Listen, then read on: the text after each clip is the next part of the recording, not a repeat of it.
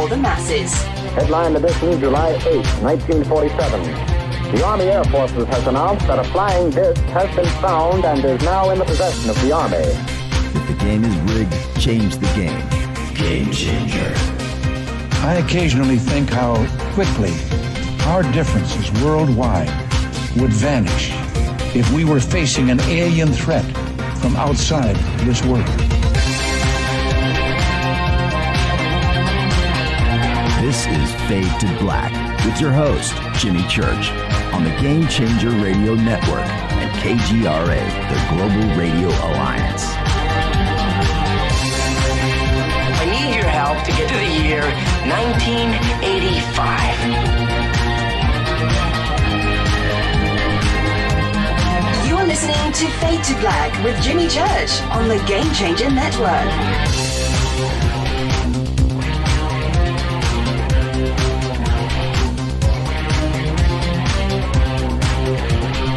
Good evening, Fade to Black.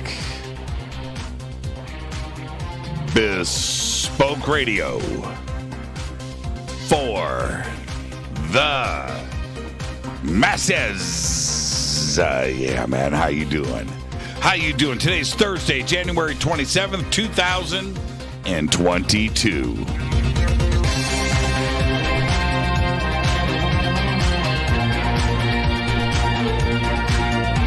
27 days into the new year, only 338 days left. We are live from a bunker somewhere in the middle of nowhere, a total undisclosed location. But it is beautiful in here. How you doing? How you doing? I would like to welcome everybody listening all around the world, all across the United States. Hither and thither, to and fro, back and forth, up and down, east and west, north and south, far and near. This is Fade to Black for KJCR, the Game Changer Network, and the UNX Network. I am your host, Jimmy Church. What is cracking? How you doing? How you doing? Today is Thursday, which means it's Fadernight. It's open lines all night long, people. 747-228-2051. 747-228-2051. Follow me on Twitter at JChurchRadio. At J, that's the letter J, Church like Sunday, radio like the thing that used to be in your car. JChurchRadio, at JChurchRadio. Follow me at JChurchRadio. All right. You can test me if you want. You can test me if you want on Twitter and see if I actually do this stuff. You can. I find it exciting when somebody, it's exciting when somebody says, Jimmy liked my tweet. I didn't think he read these things. Is that how it is out there in the world? That, people tweet and they do things and they just assume that whoever they're tweeting to or saying something, that people aren't reading it, a nice comment and a compliment and things and nice things. No, those deserve a like. Those deserve acknowledgement, right? But do people not pay attention to that? If you are a celebrity, right? You're a celebrity. Do you not pay attention to the Twitter account you opened, or is your Twitter account to you, Mr. or Miss, is celebrity, something that doesn't matter? You don't pay attention to it. You have people that pay attention to you. They're fans of yours, and they're interested in you, but you don't care. So why open the Twitter account? Is it there so you can make money? So you can expand your brand? Right? Is that what it is? So anyway, follow me on Twitter. I love this family. I love hanging out with all of you. I do. Unless you're on mute or blocked. But, the mute button. I do mute To those that they're not fans, they're not friends. They don't want to hang out. They don't want to do nice things. They want to waste their life, the precious moments that they have on this planet, being dicks. Right? All right. That'll get a mute. Or what gets a mute? Let me tell you what gets a mute. Repetition of nothing. That just gets a mute. It just gets a mute. Gets me. I need to get to the real stuff. There's too many great things out there. I have to admit, Jimmy, it'd kind of be awesome. It's kind of awesome when you like my tweets. Is it really? Is it really? How's that, Madeline? Madeline, making your boyfriend jealous. I'm making you're making him jealous. All those hearts, all those blushing emojis, making him jealous. And he's listening right now. He knows that you and I have a thing right now on Twitter. Kaz says she's over the moon when somebody likes my tweets. There you go, Kaz. See? Are you over the moon now? That's what's cool. So, Jimmy, if the Matrix is real, if you tweet back, are you real? Well, see, that's the whole thing about this. Is that Metalocalypse? Metalocalypse.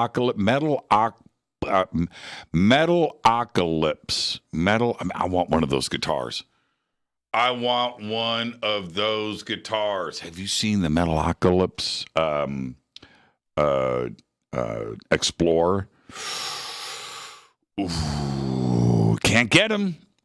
Can't get them. I've seen the demos. I've seen the reviews, and you can't get that. You cannot get the Metalocalypse guitar, and this is the deal.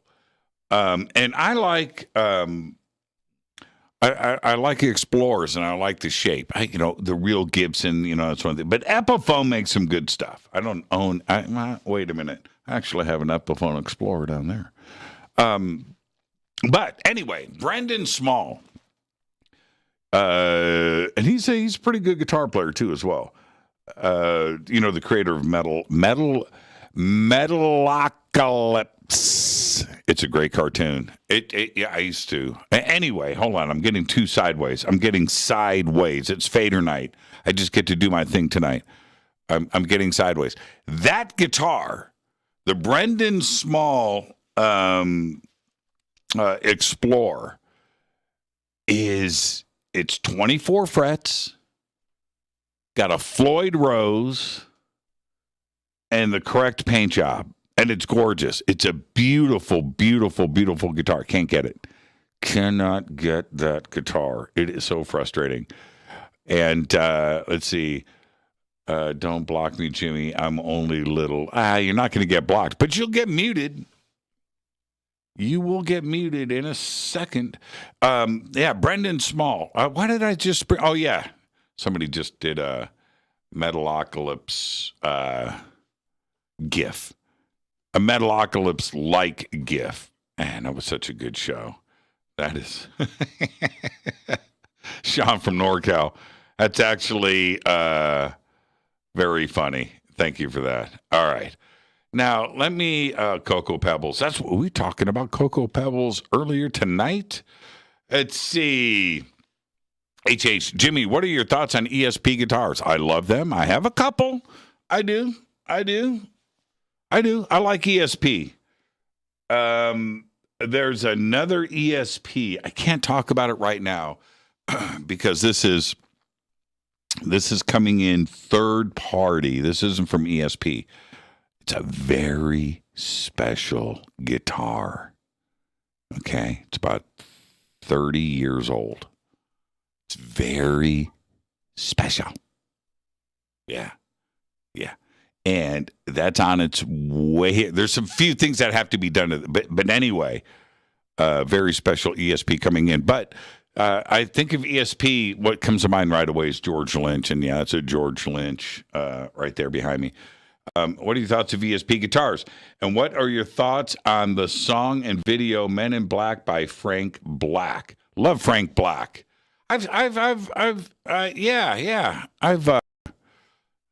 Somebody sent me that video a while ago and asked me about it. Or was it you? But why would you do it twice? Maybe you did. I don't know. But yeah, it's a good video. It's a good song. It's a great video and it's a great song. Okay, back to the sandbox is hashtag F2B on Twitter. We don't bite. Hello to everybody listening and watching all around the world. It's Fadernight. It's open lines 747. Ooh, my bad. I did this earlier today. I had to do it. I had to shut the phone lines down. I was doing something earlier today. And, okay, yeah, there you go. They're back. 747-228-2051. Phones at the bottom of the hour. Let's get to the breaking news. The Chinese space company, Space Transportation, that is the name of the company, is developing a rocket with wings. I thought they all had wings, but not this one. This one's for space tourism and point-to-point travel. It's actually a winged rocket plane for high-speed point-to-point transportation, which is lower in cost than rockets that carry satellites and faster than traditional aircraft. Yeah, we've thought of this one before. Okay, all right, anyway. The space plane would aim to provide rapid transport between two locations on Earth through suborbital travel and be fully reusable. We've already thought of this. We've already built it. China. Ground tests are planned for 2023 with the first flight in 2024 and the crewed flight in 2025. We thought about this before, China. You're not planting a flag here. We'll see if this actually happens. Crazy footage. China back in the news. Crazy footage of a robot skiing down a snowy slope has been released by China. Ahead of the Beijing 2022 Winter Olympics. Are those going on this year? Those actually going to happen? Winter Olympics?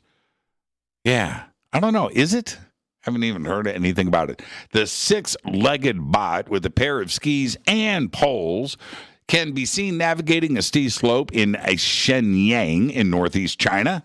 It was developed by a team of researchers at Shanghai Jiaotong University who have said that the robot passed all of the tests that they put it through. Of course it did, China, including racing, turning, route planning, obstacle avoidance, and human-robot interaction through intelligent sensing and braking control. All according to China. A team of researchers at Johns Hopkins University. Tonight is robot night, if you can't tell. A team of researchers at Johns. It's Johns. It's not John. People say John, right? They say John. They do. It's not. It's Johns Hopkins University. Say their robot was able to pull off a complicated, delicate surgical procedure on a big pig, without the assistance of humans for the first time. It's called the Smart Tissue Autonomous Robot, or STAR. A system being developed by Axel, not making this up. You thought I was going to say Axel Rose. I am not. It's Axel Krieger and his colleagues at Johns Hopkins. In their latest research, which was published yesterday in Science Robotics, they present data showing that STAR can autonomously perform a complex soft tissue surgery, as opposed to hard tissue, like bones. That's easy. Just take out a saw, you just cut through it, right? That's easy surgery. Soft tissue surgery. There you go. That's something else altogether. But I do have more robot news, because speaking on an earnings call yesterday, Tesla's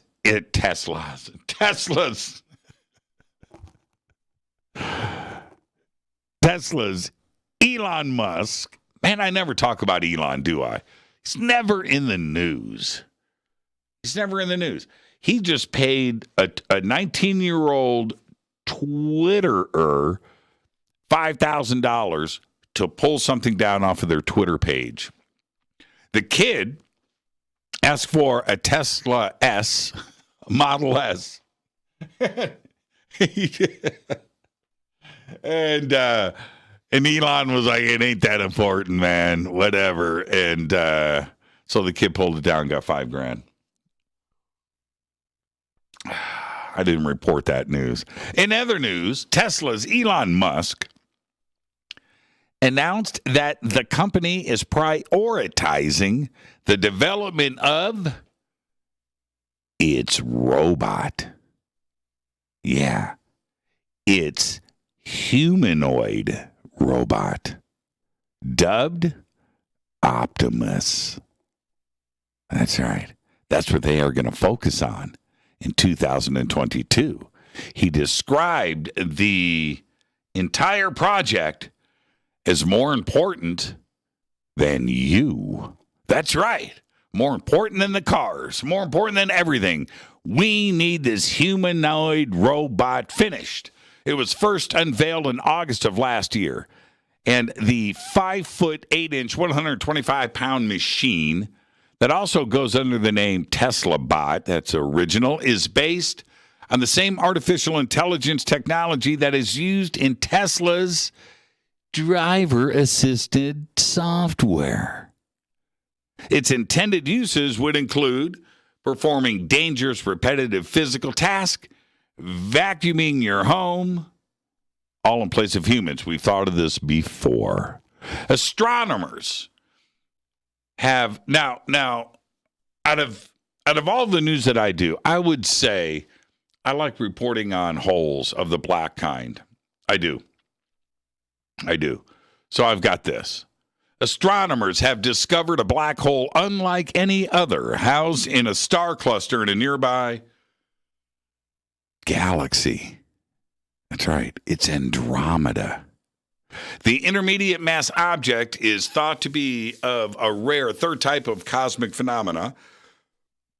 It could be the missing link to understanding the evolution of black holes. The findings published recently in Astrophysical Journal show that the object has a mass 100,000 times greater than our sun. This makes this black hole smaller than a supermassive black hole, but it's larger than stellar black holes, and that's when, stars explode. So this one is like in the middle. It's an intermediate black hole. There's 3 kinds now. Who knew? Let's get the show cracking. Happy birthday to today. Patton Oswalt is 53. Pink Floyd drummer Nick Mason is 78. Nick, the only Pink Floyd the only Pink Floyd member to be on every album. The only Pink Floyd member to found the band and be there today. He's the only one. He's the only guy to have done that today. He's 78 years old. Faith No More frontman Mike Patton, not Patton Oswalt, but Mike Patton of Faith No More today is 54 years old. Our dead guy's birthday today is John Witherspoon. 1942 to 2019. John will always be remembered for his role as Willie Jones for the Friday series with Ice Cube. And one of the best quotes in cinema. Cover your children's ears, because I just have to. You can't desecrate this quote. It's one of the best. Quote, every time I come in the kitchen, you in the kitchen, in the goddamn refrigerator, eating up all the food, all the chitlins, all the pig's feet, all the collard greens, all the hog maws. I want to eat some chitlins. I like pig's feet. I can't help it. And Witherspoon, Oh, my God. When he's doing this, he's eating the grapes out of the bag. Remember? Man, he is just one of the funniest guys ever. He also starred in Hollywood films like Hollywood Shuffle, Boomerang, 5 Heartbeats, Vampire in Brooklyn. His TV included The Fresh Prince of Bel-Air, The Wayans Brothers, The Tracy Morgan Show, Barnaby Jones, The Boondocks, and Black Jesus. He died of a heart attack at his home right here in Sherman Oaks, California on October 29th, 2019. He was 77 years old. Absolutely one of the funniest people ever to walk this planet. Happy birthday, John Witherspoon. Oh, man. And, there's Witherspoon right there. I knew somebody was going to hit that up. Who is that? That's Third Stone. Man, that dude was funny. It was funny.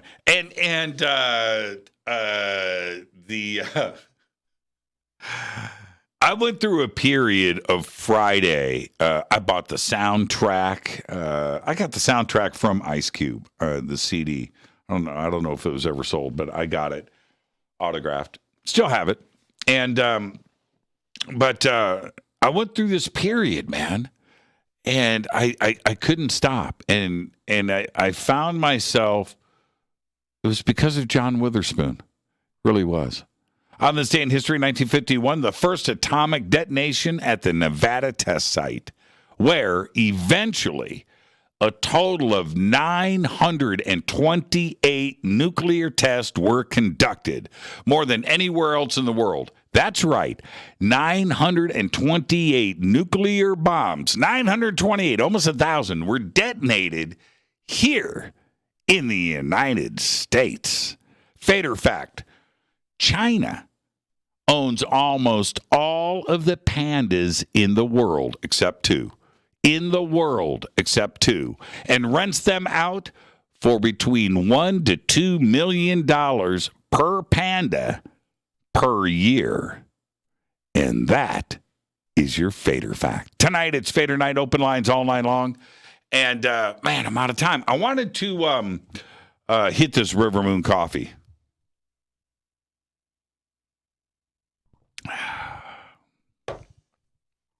rivermoonwellness.com. Click on the links at jimmychurchradio.com. You know what to do. rivermoonwellness.com. Fade to Black blend. Best coffee in the world. Tell you a quick story about the park.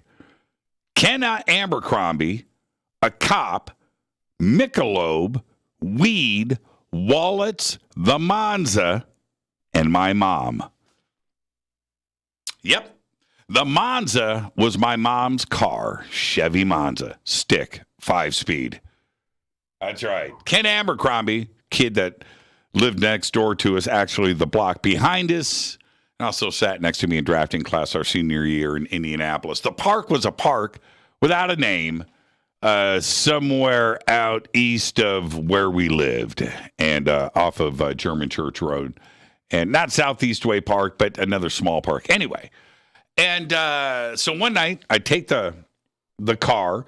My mom gives me 2 6-packs of Michelob in the bottle that, she had. And so I'm 16. She gives me 2 6-packs of Michelob. I've got a bag of weed. And in the bag of weed is a rolled joint. And that's in the car. I go pick up Ken. We take off. And we go to the park. And at the top of the park, and at night there was nobody there, and at the top of the park was this thing with picnic tables underneath it. We pulled up on the top of the hill, moved the picnic tables to the side, pulled the car in, and we could see the entrance to the park. We're up there. We're smoking some weed. We open up a couple of bottles of Michelob. The rest of the Michelob is in the back seat of the car. And we're looking down the hill. We're smoking the weed, and in pulls a cop. And it's a cop. Hurry up, smoke. So we're puffing it, and the cop's taking his time, and it comes all the way up the hill, pulls in behind us at the top of the hill. The joint, the roach is gone. That's out of the window. The bag of weed is down in my crotch. That's stuffed. Cop comes out, smells the weed, starts yelling at us, asks for our wallets. We take our ID out. We're both 16. and searches the car. On the hood of the car is our wallets. And then he comes out with the Michelob. And then he comes out with the 2 open Michelobs. And he's, pour this out. All right. It's already empty, whatever. So we pour out the Michelob. He takes the 2 Michelob bottles. This is a cop. And breaks them on the ground. He broke one. The second one he threw down on the ground for no reason. It bounces off into the weeds. And we're standing there like, what? And he searches everything. Can't find anything. And then he lets us go. Says, get your beer and get out of here. We're not 21. Anyway, so we take the beer, we put it in the car, and we back out around him, down the hill, and pull out of the park. And as we get on to, sure, it's not German Church Road. It was an east-west road. Anyway, we pull out, and I see on the hood of the car is my wallet. And I went, oh, crap. And I look, and Ken's wallet is gone. And I jump out of the car, I pull over, and I get out of the car, I get my wallet, and Ken gets out, and the cop pulls out. What are you guys doing? I said to get out of here. We're like, dude, you had us put our wallets on the hood of the car. You told us to get out of here. Now his wallet's missing. And the cop, we made him search with us for Ken's wallet. The cop is in the weeds and down in the dirt on the side of the road after all of this. And he goes, found it. And we're like, thanks. We get the wallet back and we drive away with the beer and the weed. And the cop is behind us with mud up to his knees in his uniform. And we drove home.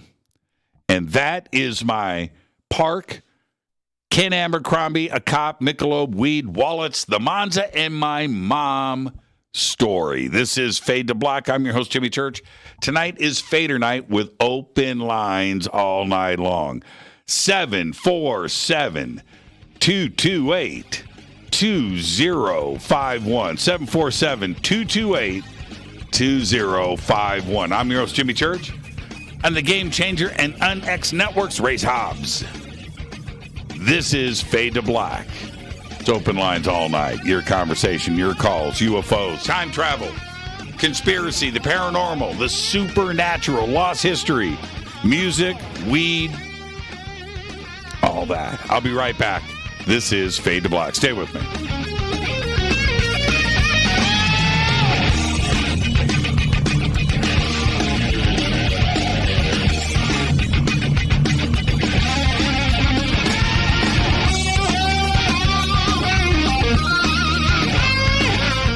This is Nicole Church, daughter of you-know-who, and you're listening to Fade to Black on JimmyChurchRadio.com and the Game Changer Network. You're listening to Jimmy Church and Fade to Black on the X.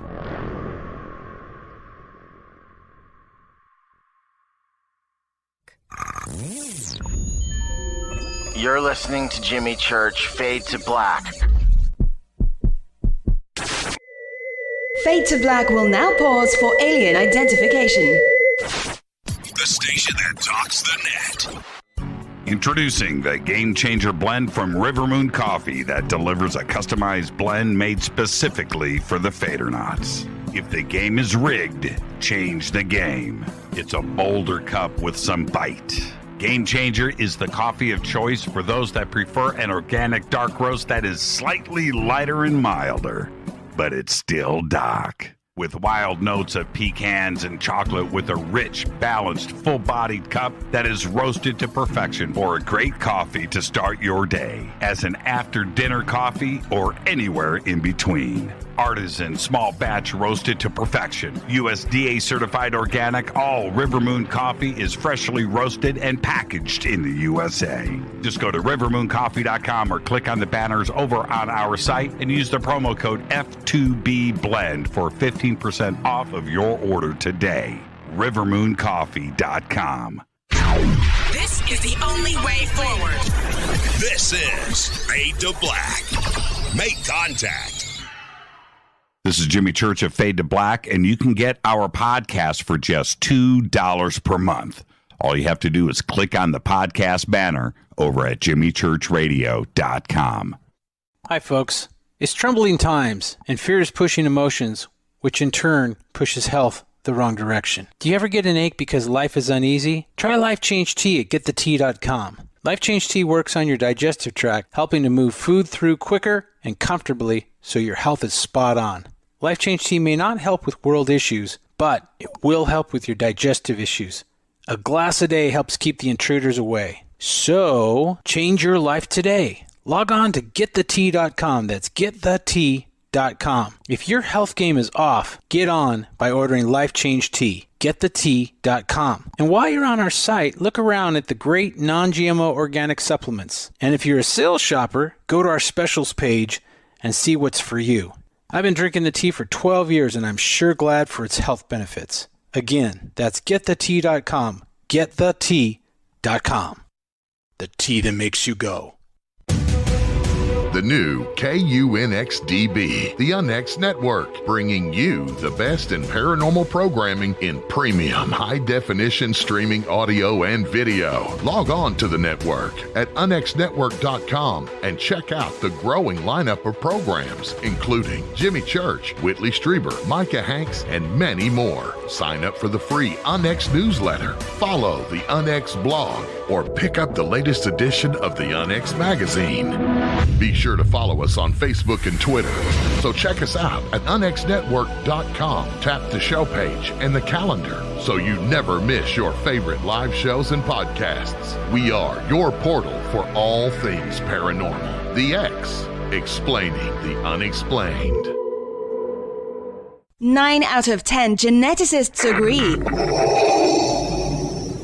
Fade to Black is not your father's radio show on the Game Changer Radio Network. Hi, this is Rob Reiner from Anvil, and you're listening to JimmyChurchRadio.com. What's up? I'm Chris. What up? This is Kyle Massey, and you're listening to Jimmy Church Radio.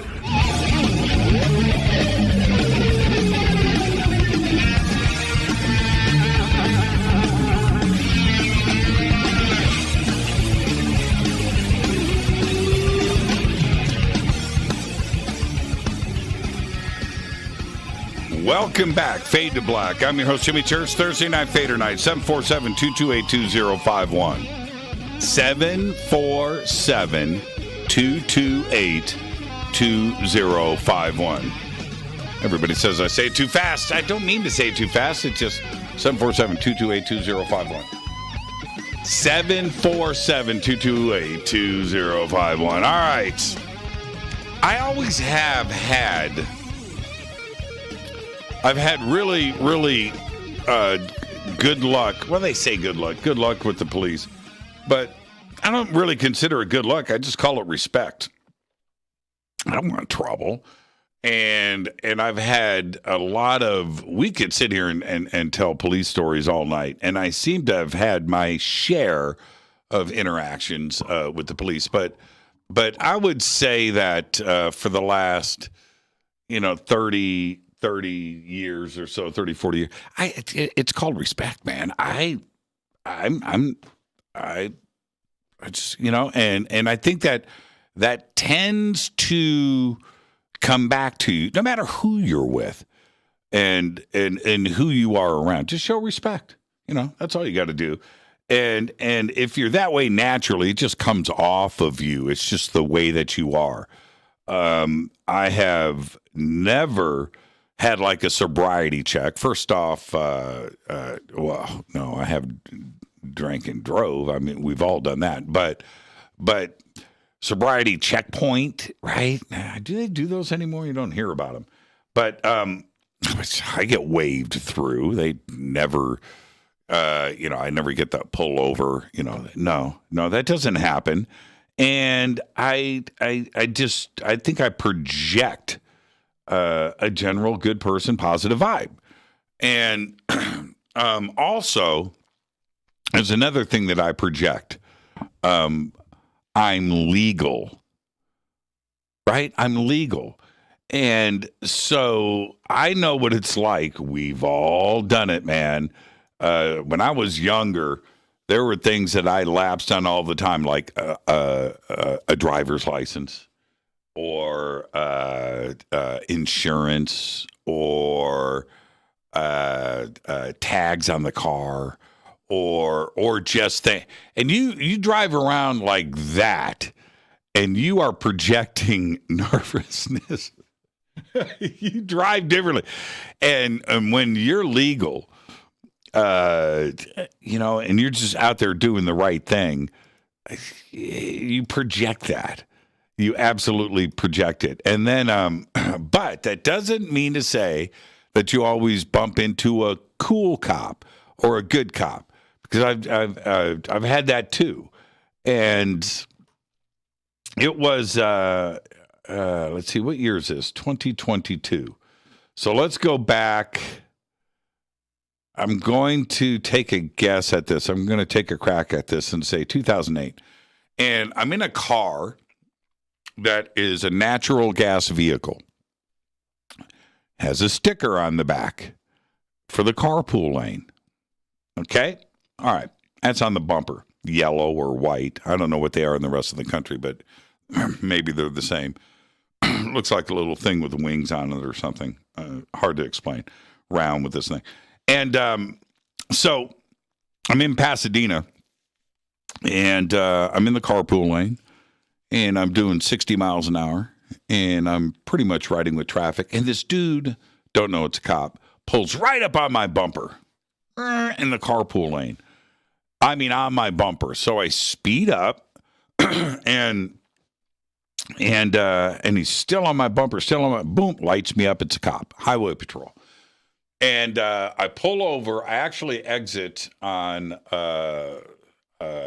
right around Lake Avenue, or right before Lake.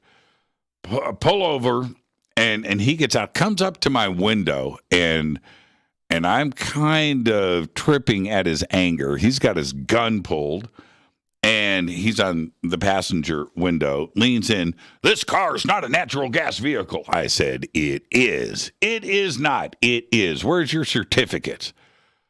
All right, here in the glove box. And he's got his gun, And I open up. I give him the certificate. I hand him that. He asks me for my license. I hand him that.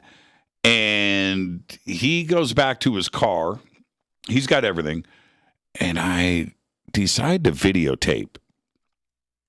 So I'm taping with my phone. My phone is sitting facing up, but it's just like recording. And he comes back to the car and goes, "You were doing 75. I said, "No, I wasn't. I was doing 60 until you came up and put your headlights on me. And as a matter of fact, you pulled me over because you said this wasn't a natural gas vehicle. So which is it?" Right? And you were doing 75. I said, "I was not. I absolutely was not." He walks back to his car, and all of this is taped. He comes back to the window, leans in, and he said, "Sign this." He hands me the ticket, and I read it, and then it says false tags on a natural gas tags on a vehicle, something like that. But he drew a line through that, and then underneath that he wrote 75 in the carpool lane. He goes, "I could have wrote this up for 80. I said, "Dude, I wasn't. First off, I wasn't speeding. You were making me speed, number one. Number two, you pulled me over because you said this wasn't a natural gas vehicle. Now you want to crank up this ticket and write me. I'm not signing the ticket. Not signing it. You have to." I said, "Call your boss. Bring somebody else in here. I'm not signing the ticket. I wasn't speeding." "Don't sign the ticket." I said, "If you write on this ticket right now, you want me to sign this ticket, or you can call your boss, whoever he is, or you can sign on this ticket. He says he wasn't speeding. You write that on this ticket, and I'll sign it." He looks at me. He goes back to his car. Now, we're sitting there for like a half an hour. I wasn't signing the ticket. And he comes back and does his thing, leans in, he goes, here. And I look, and he wrote in there, he actually wrote, says he wasn't driving, or it says he wasn't speeding. I signed it. And he split. I didn't tell him I was taping. So now we speed up, and now it's the court. And we're at court. It's like 2 months later. And I see him. So I go up. I didn't have a copy of the ticket. And so I go up to the window, and I'm getting a copy of the ticket. And the lady reads the ticket. And she walks away. She comes back. She gives me the thing, Xerox copy. But she disappears with the ticket. And I watched her walk out. And then she comes in. She's kind of got this grin. I was like, all right, okay. So I walk in. I thought everybody thought it was funny what was written on the ticket. And I go in, sit down, and the cop is in there. And they call my case. And the judge says, this is a long time ago. I can't remember exactly what he said. He said, so, and he says to the officer, he says, so you wrote on the ticket that he says he wasn't driving, that he wasn't speeding. Yes. And he goes, okay. And then above that, it says false. Yes. But you drew a line through that. He goes, yes. And he goes, case dismissed. Right? Just like that. I didn't say anything. And this cop, and he was a big dude. And I went outside, made a couple phone calls. I beat the case. And I go outside to split. And I'm walking down to the stoplight to go across the street. My car is right there. And I go to hit the cross, and here comes the cop. And he's standing right next to me. And we exchanged. He said something to me that wasn't friendly. I said, have a nice day, man. And I walked across the street, and I was glowing. And that is an example. And the reason why I bring that up, it's not like I have the best, situations with all police. But he wasn't cool. And he was just upset. He thought that my car was not natural gas. And it was. Not an electric vehicle, not, a Prius with those no, this was a natural gas vehicle with those and I wasn't speeding, and that's it. And I had the whole thing on tape. I was going to play that thing in court. I had a whole plan to go and do this, and I didn't. But the universe looked at me. I did nothing wrong that day. I didn't do a single thing wrong. And, I've got my insurance. I've got my certificates. I got my tag. I got my this. I got my license. I got this. And you know what? I was going to stand my ground. And he had his gun drawn. So there you go. All right. Where am I at? Tonight is Fadernight. It is open lines all night long, and I'm putting somebody on hold here real quick. So you just stay right there. I'm putting you on hold. All right, let me back up. Let me see who's been on hold the longest. You, this caller right here, has been on hold the longest, 20 minutes already. The show just started. How's that possible? Hi, you're live on Fade to Black. Who's calling? Yeah, hi, this is Thomas. This is Thomas? Yeah, or Tom. You could call me Tom. Okay, Tom, what's on your mind? Hey, I've recently been watching Ancient Aliens. And, yep. Yeah, pretty awesome. And I guess you just had Giorgio on as a guest. I did. Yeah, so... Tom, you're cutting out. Tom, you're cutting out. Yeah, I'm here. I'm just, I can hear myself in the background. And so, I just want to add to what I've seen, which is awesome and interesting. It's awesome and interesting show. Okay, stop listening to yourself in the background. Whatever. Only listen to me. Turn me down in the background. Okay, Tom, you got to be ready, man. Yeah, I got you. Okay, are you ready? I am ready. Okay, let's try this one more time. You were watching Ancient Aliens, and you wanted to add to that. Right, because when they were talking about with the Great Flood and Noah, and how they were saying that the mother of Noah, actually the father wasn't around at the time that she became pregnant. And so all these things kind of, start using what you hear in terms of Noah and what that could actually mean. So the letter of Noah, N-O-A-H, could mean not of a human. Okay. And it's very interesting, yeah. And then also the ark. So you could say that A-R-K or A-R-C could actually mean atomic radiation capsule. Is this your research? Because they say it was probably created by not actually Noah. It was actually created by an archangel named Uriel. Okay, Uriel. Okay, all right. And Uriel could actually mean uranium radiation, isotope, element. And then I found another element of L, meaning a type of metal, a silvery metal. Uh-huh. So, you know what I mean? Well, arc could also mean aromatic Romanian coffee. That's true, but I doubt that's the case. Why is that? Noah doesn't drink my coffee? meaning makes much more sense. I think coffee makes pretty good sense. But yeah, it does. Coffee's awesome. Yes, it is. It's but totally anyways, awesome. Yeah. I mean, how many days was he on the ark in the rain? Well, yeah, I don't believe there is an ark. Yeah, again, that's just... oh, you don't believe there was an ark? Oh, okay. No. All right. No, I believe. Well, what they claim, what they're saying on Ancient Aliens is that the actual, because they say there's like 50 feet below the surface of the planet, all the way around. Right. There's an 8-foot layer of ash. Yep. So he's thinking that it could have been a sunburst at that time. Okay.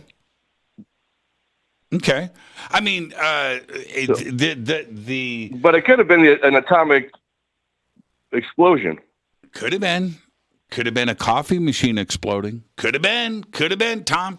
Could have been. But here's the thing, and I'm not being cavalier, okay? I'm not making fun of this. But it could have been. There's no reason to make fun of it. Right. But let me say this. This is where I agree with you, at least somewhat, in that we can't take the Bible literally.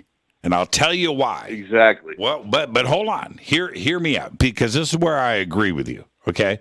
But there's another reason for this. It has been watered down, translated, retold, reviewed, rewritten, edited, and done and over through so many languages, so many hands, so many scribes over a couple thousand years. And so the version that we have today, how close is it to anything that was written back then? Have no idea. But let me give you what would you say the meaning of Adam and Eve is? But let me finish. We'll get to Adam and Eve. Is this words today? We have a difficult time with choosing the right words for the application that makes sense. Sometimes we don't have the right words to say what we need to say. And now we're talking about words that were used in another forgotten language, right? And somehow those words that were written are supposed to have the exact same meaning and intention today. That's impossible. So now that's where I agree with you. But does it have anything to do with floods or nuclear or sun or ET or gods or none of that? None of that means nothing. It's really crazy to me how some choose, well, you got to take the Bible literally, man. And then others will say, no, man, you can't take it literally. You have to interpret. We have to give these verses meaning.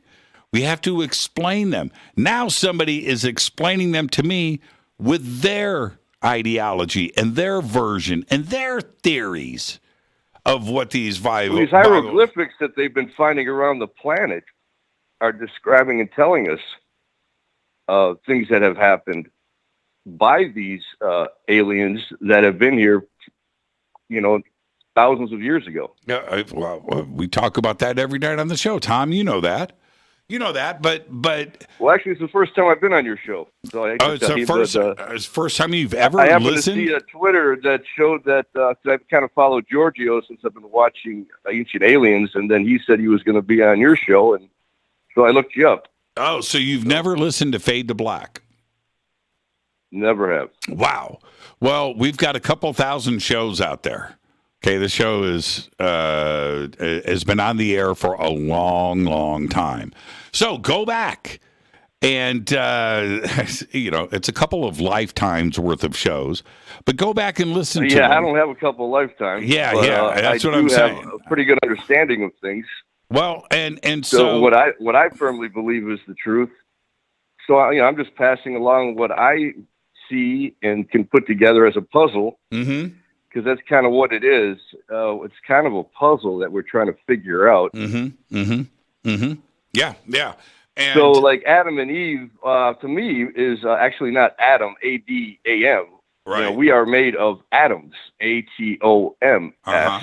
Uh-huh. And Eve is actually, if you take the V and lay it down in an angle, it comes to element, E-L-E. So it's not a man and a woman, Adam and Eve. It's atoms and elements that we are made of. And this is what they're trying to tell us. Yeah. And it sounds like you've been listening a lot to Jordan Maxwell. And no, this is this is what I put together. I don't know who they are either. Oh, you don't know who Jordan Maxwell is? No. Oh, okay. Well, Jordan has said the exact same thing. About Adam and Eve really? And the meaning of that. Okay. Yeah. He first. No, I just came up with this probably actually within the last 3 months. Right. Right. I had an experience over in the Big Island of Hawaii. I was living there for about a year and a half. Right. Pretty interesting. I was going to this, and I actually had an experience. You could say. Yeah, interesting. Well, go write that down. Jordan Maxwell. He's. So I actually have. I can actually view. I hate to say that, but that's the truth. People would probably say, "Well, is it true that you can actually do this?" But yes, it is. I actually have the ability to see space, and I've seen different starships in which they've sectioned them out to where I can see inside, and because I've been asking them to give me the information of how to create a new form of energy. And they're trying to do so, but it's hard to do it when you don't have the knowledge. But maybe in time they'll feed me enough information to I will be able to understand how it is that they made this new form of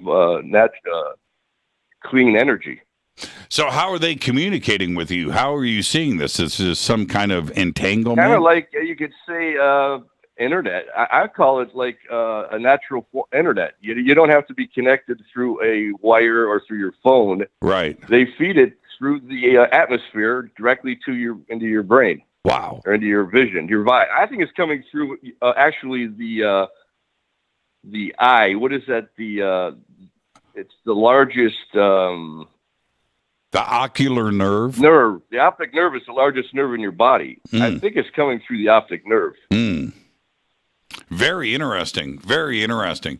Well, I don't know what I did watch a Joe Rogan where they had the pilot, the Navy pilot that spotted the Tic Tac back in 2017. And he says after he came into that experience with this Tic Tac alien spacecraft out 60 miles off the coast of Mexico, San Diego. Right. He's been having these dreams of these catastrophic experiences of showing floods. Did you happen to see that one? The pilot said this? The pilot of that was flying the fighter jet that had it on the fighter pilot. Okay. Was able to put it in the what are they? Yeah, I don't know, Tom, but I've got to head to a break. That's very interesting. And you said that he said this on Joe Rogan? Yeah, he was on Joe Rogan. I had him on the pilot from the. You can pull that up, the Joe Rogan show. I forgot the pilot's name. All right. But he had the exact same vision after coming into an experience with that Tic Tac.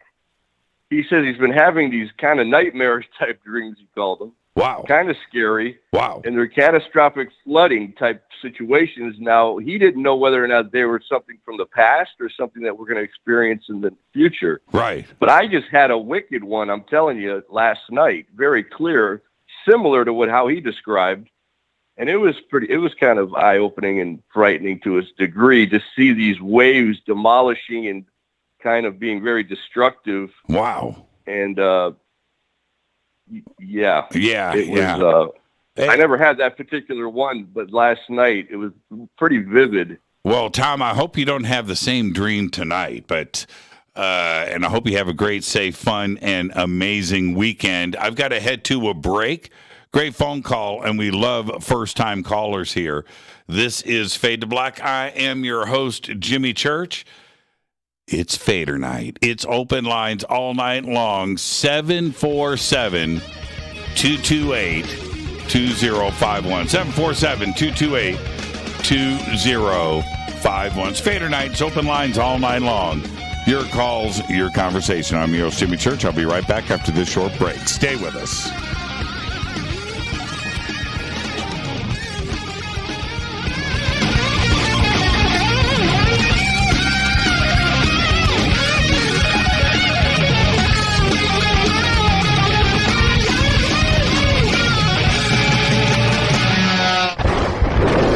This is Fade to Black with Jimmy Church on the Game Changer Radio Network. Your 1 million gigawatt paranormal powerhouse, KUNX-DB, The X. This is Billy Carson with ForbiddenKnowledge.tv. Forbidden Knowledge TV has just reached its 1-year anniversary. That's right, 1 year. And as a show of appreciation, we are giving all new subscribers a free 30-day trial of ForbiddenKnowledge.tv. That's 30 days to binge watch thousands of movies, documentaries, conferences, workshops, lectures, yoga classes, meditation courses, and so much more. So log on to ForbiddenKnowledge.tv from your computer or mobile device, or get the Forbidden Knowledge TV app on Apple TV, Roku, Amazon, iTunes, or Google Play today, and use coupon code 30daysfree. That's coupon code 30 days free on ForbiddenKnowledge.tv today. Because you never got that pony you always wanted. Damn it. Jimmy Church and Fade to Black on the Game Changer Network. Listen, I know, and you know, that you've always wanted your first crystal skull. Or maybe you're a collector just like me, but you just don't know where to go to find the real thing. Then I met Carolyn Ford over at EinsteinTheCrystalSkull.com. Carolyn is the guardian of Einstein, one of the most respected ancient crystal skulls in the world. All of her unique skulls have been imprinted sitting with Einstein in his sacred lodge and are carved from the finest gemstone and materials. Imprinting is the process of receiving the ancient wisdom from the master skull or master computer. Einstein, the ancient crystal skull. To see Carolyn's current collection of crystal skulls, just visit her store at einsteinthecrystalskull.com or click on the banner over on our site. Don't forget to use the promo code Jimmy at checkout to receive 10% off of your order today. That's promo code Jimmy. Finding your first or next crystal skull is easy. Just visit einsteinthecrystalskull.com. When you take the beans from Central America with dashes of Indonesian and African mixed in and then roast it to the dark side of Fade to Black, you create the ultimate brew of fringe. Introducing the Fade to Black blend from Rivermoon Coffee. Yes, Rivermoon's darkest customized roast was created for the love of Fade to Black. The alchemy of masterful roasting and smoking the beans is in every sip of this full-bodied, dark Java. I need my coffee dark, deep, with distinct bittersweet chocolate highlights, just like the bunker. Leaning further into the darkness of the roast is Fade to Black blend from Rivermoon Coffee. Just click on the banner at jimmychurchradio.com and use the promo code F2B Blend for 15% off of your order today. Hello, I'm Katie, and you're listening to my main man, Jimmy Church, on jimmychurchradio.com. Hi, this is Ray Hobbs here, repping the planet, and you're listening to my good friend, Jimmy Church, Fade to Black. This is Toby Kebbell. You're listening to jimmychurchradio.com. Don't hurt me, Jimmy. I'm only little. Hey, I'm Adrian Grenier. And this is Ari Gold. We're the Honey Brothers. We're of the Honey Brothers. Hey, I'm Adrian Grenier. And I'm Ari Gold. We're the Honey Brothers. And you're listening to Jimmy Church. The Revolution. This is Jimmy Church of Fade to Black, and you can become an official Fadernight by just going to our membership section at jimmychurchradio.com. Hello, this is Serena Wright Taylor from Conscious Life Expo, and you're listening to Fade to Black with Jimmy Church, who holds the Lucky Pony record for the best astrological chart since 1963. True story. This is Micah Hanks of the Gralien Report, and you're listening to Jimmy Church on Fade to Black.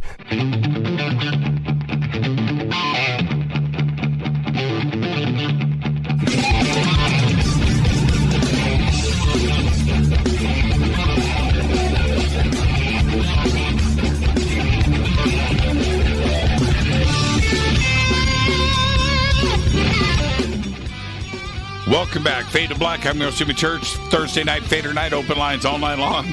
Started off the right way tonight, didn't we? Started off the right way. Now, Joe Rogan. Old Joe's got himself in. Okay, you know what? It's like this. Who is bigger? Who has got more power than Spotify? Joe Rogan. Joe Rogan holding all the cards. Holding all the cards. That thing with Neil Young. I didn't want to say anything about this, man. I just let this play out. Neil said it's either me or Joe. Take your pick. Well, they said we'll take Joe. And that's it. Removed all of his stuff from Spotify.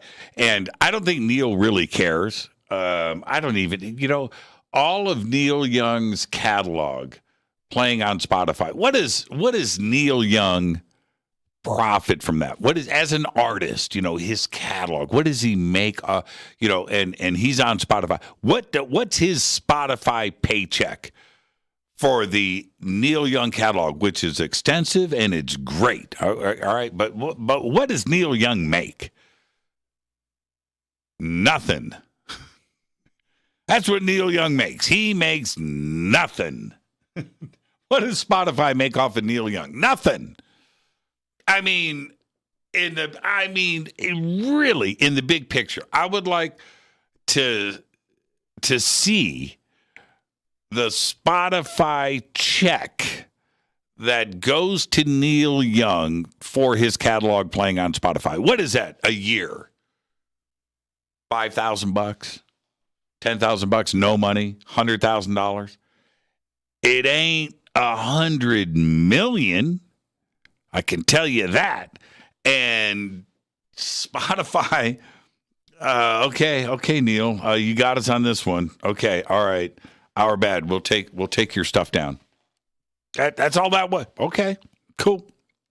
There's no negotiations, no protracted conversation. Spotify's got $100 million wrapped up in Rogan. Rogan's holding all the cards, and there has been a lot of most of it media generated, and a lot of softies out there that are offended by Rogan and some of the things that he says. Well, when you get to the position where you have the number one podcast in the world, what is there, 1 billion podcasts out there? 1 billion, like everybody that you know has got a podcast. Everybody's got a podcast. There are podcasts everywhere on every subject, everywhere. There's too many podcasts, right? Okay, great. And I love it. Okay, cool. But when you have the number one podcast in the world, that does, in some sense, in a morality, in a moral sense, is a big chunk of responsibility. What do you do with that kind of juice? That's a juice card. It's a real juice card. You are carrying the ultimate juice card in your pocket. You're not carrying a Will Smith juice card. You're not carrying a Bruce Willis juice card. You're not carrying whatever. Pick a celebrity. I don't care. Kanye. You're not carrying that. You are carrying the ultimate juice card. I've got the number one podcast in the world. More people listen to me than anybody else in the world. Okay? All right? Spotify ain't going to let that go. And all the criticism, all the doctors, all the, you can't, whatever community that he's offending this week and whatever he's got a phobia about, none of that matters. None of that matters. None of that matters. It's crazy. It's crazy to me to see that, to witness it. And I'm happy for Joe. I had a long conversation with how do I want to say this? Let's just say a network, terrestrial, last month. And I'm walking around my yard talking to this executive. Jimmy, we can do this. We can do that. I said, I'm not interested. But we can do. I'm not interested. Well, Jimmy, I said, let me stop you right there. Do you think that Joe Rogan would be interested in what you're saying? He wouldn't.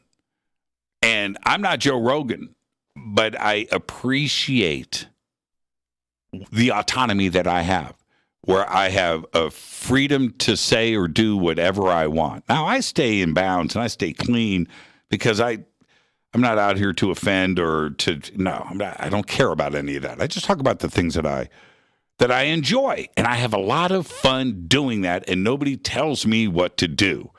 I dig that, just like Joe Rogan. and that is such an easy conversation to have with anybody. I totally get where Joe's coming from. 100%. I understand it. Now, I don't agree. I agree with very little that he says, but that's not the point. He can say and do what he wants. He's outside of government regulation. He's outside of any rules, any laws, anything. And he's getting paid $100 million a year. So therefore, they are going to protect their investment. They know that they're not regulated, and all they have to do is deal with letters or complaints from people, and which are if you take, there's a general rule, and everybody that's on hold, stay right there. There's a general rule of manufacturers and companies, no matter what you do. And the general rule is this. It teach you this in business school, and you just learn this in the hard knocks roads of life, which is you have whatever you're doing, you are going to have a 5% rejection. You're going to have 5% returns, people complaining. You're going to have 5% of your audience complain. You're going to have 5% of this. You're going to have that's it. That's the 5% rule. You don't want to get to 8% or 10% because now you start to get unprofitable. Okay, but 5% is expected. You're going to have that. All right. Now, if Rogan is doing, I don't even know. I don't know. I've seen so many raw numbers, but I don't think anybody can really put anything accurate on this. But let's say he's doing 2, 3, 4, 5, 6, 7, 8, 9, 10 million people per episode. I mean, that's a crazy number, right? And it's probably higher because we really don't know. But if you're doing 5 million people a night, and 200 people complain loudly, 500 people get together and get a petition signed, 10,000 people get a petition signed, and you're doing 10 million a night, that just don't matter. It don't matter. It does not matter. You could have, there's 200 countries in the world. You could have 200 heads of states, kings and queens and prime ministers and chancellors and presidents and dictators. It doesn't matter. Every single one of them sign a letter of every leader of every country to Spotify. Spotify is going to go, so what? Don't care. Don't. You know, and so let's go back to Neil Young, who I have a lot of respect for. Picking that fight means absolutely nothing. Neil, great songs, man. Harvest Moon, no denying it. But what are you to Spotify? What are you? You know, just ride along with it. You're not going to make a difference. Your voice is great, and we appreciate what you're saying. We do. But, man, don't have your stuff pulled down off of Spotify because you're denying everybody else your music that do want to take the time to go and find it. Those people are cool. Those people are your fans. And if they're taking the time to go and find and now they can't, I mean, in the big picture, what can you really do? Okay, all right. So you stand up and do nothing, right? And you silence your own voice. Well, that's not right either, okay? But maybe you could have just said something and gone public and gone on a few news shows and a few podcasts and a few radio programs and talked about this and been a lot more effective than denying your fans your music that Spotify obviously doesn't really care about. And that's it. I've been thinking about this so much. Joe has got the ultimate juice card. He can do or say what he wants. And there's zero regulation. None. You can do whatever you want. With that, she had 25 followers. 25 million, right? I don't know. Alyssa Milano. Yeah, there you go. That's a whole nother discussion. Let's go back to the phones. Hi, you're live on Fade to Black. Who's calling?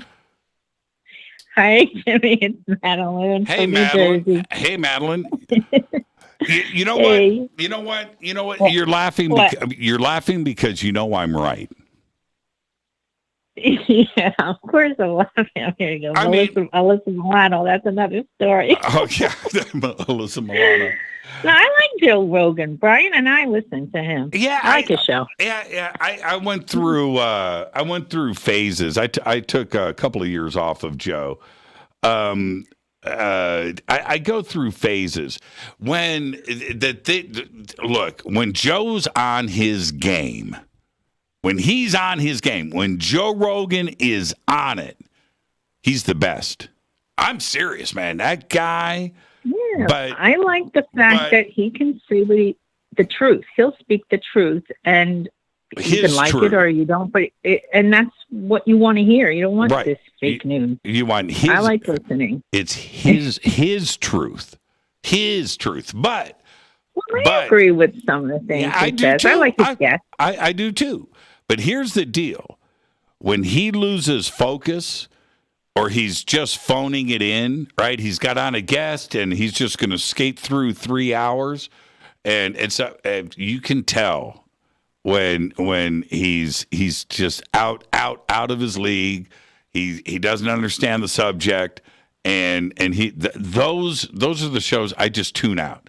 I just tune out. Of course. And to me, it's like it's the guy talk. They have all these silly shows where women get together and talk blah blah blah. And it's ridiculous. It is. I like, he's a guy's show, and it's for guys. I mean, I'm sure girls, I listen, but I don't know if I would be listening if it wasn't for Brian, but I enjoy it. Yeah, I know. Time for guys to get together and, do their thing, have their chats. When he has another comedian on, yeah, it's awesome. When he has the MMA fighters on, and they're talking about that because he understands the art of that and he can really get into it. I really enjoy that stuff.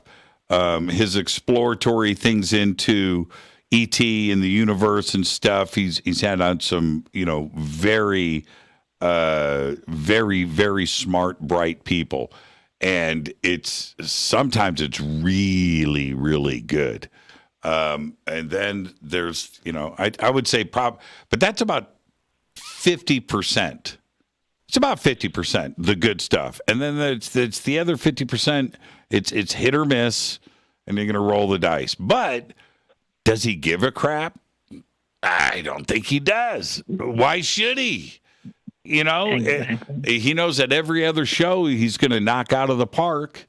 And that's pretty good odds, and you're going to get paid. So, good for Joe. Good for Joe. Good for Joe. Brian says hello, by the way. I messaged him. I said, I'm on hold. I don't know if I'll get through. And he says, well, tell Jimmy I say hello. Anyway, I wasn't planning on calling. The reason I'm calling is you were sharing your cop stories. Uh-huh. So I have it's kind of short, funny story. Gosh, my girlfriend and I, we're in our mid-20s, and we used to go to the local bar because we followed the bands that played the cover songs, and that was our thing in the 20s. And I'm not a big drinker. I only drink to get buzzed, and she drinks a lot, so I'm always driving. So we're on our way home, from our night out, and we're driving, and we borrowed her mom's car, and somehow, I don't know how we did it, but we hit the high beams, and we driving, and we couldn't get them off. We didn't know where the switch was. So I guess I must have flagged down a cop and had him follow us into like the parking lot for the local strip mall.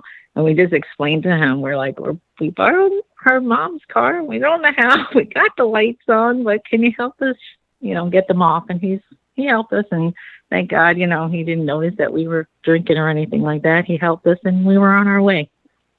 So that's my kind of funny story. Well, see, and I would say the majority of the time, I've only had my bad experiences that I've had with the police, which are always when I was much younger. I asked for that. Whatever it was, I asked for it. It's really true. And my interactions with the police now, which are very, very rare, my interactions with the police today, I do it, right? I don't get pulled over. I haven't gotten in a car accident. I haven't done this. I don't drink and drive. Whatever. My interactions are the ones that when I go up to a cop and say, "How you doing?" That's my interaction today. But if you are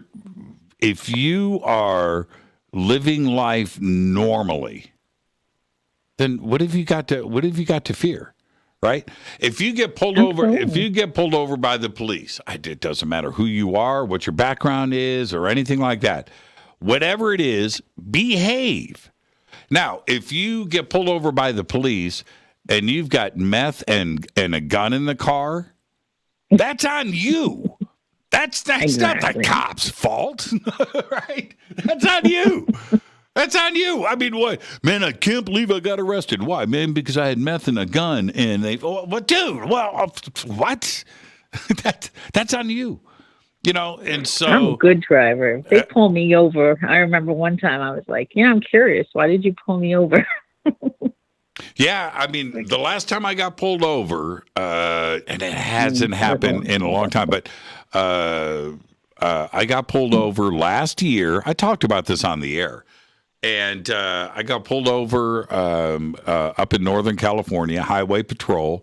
And I was just in this one spot on the highway that was, it was like 65 instead of 75 or something, right? And I didn't slow down enough for a 60 instead of a 70.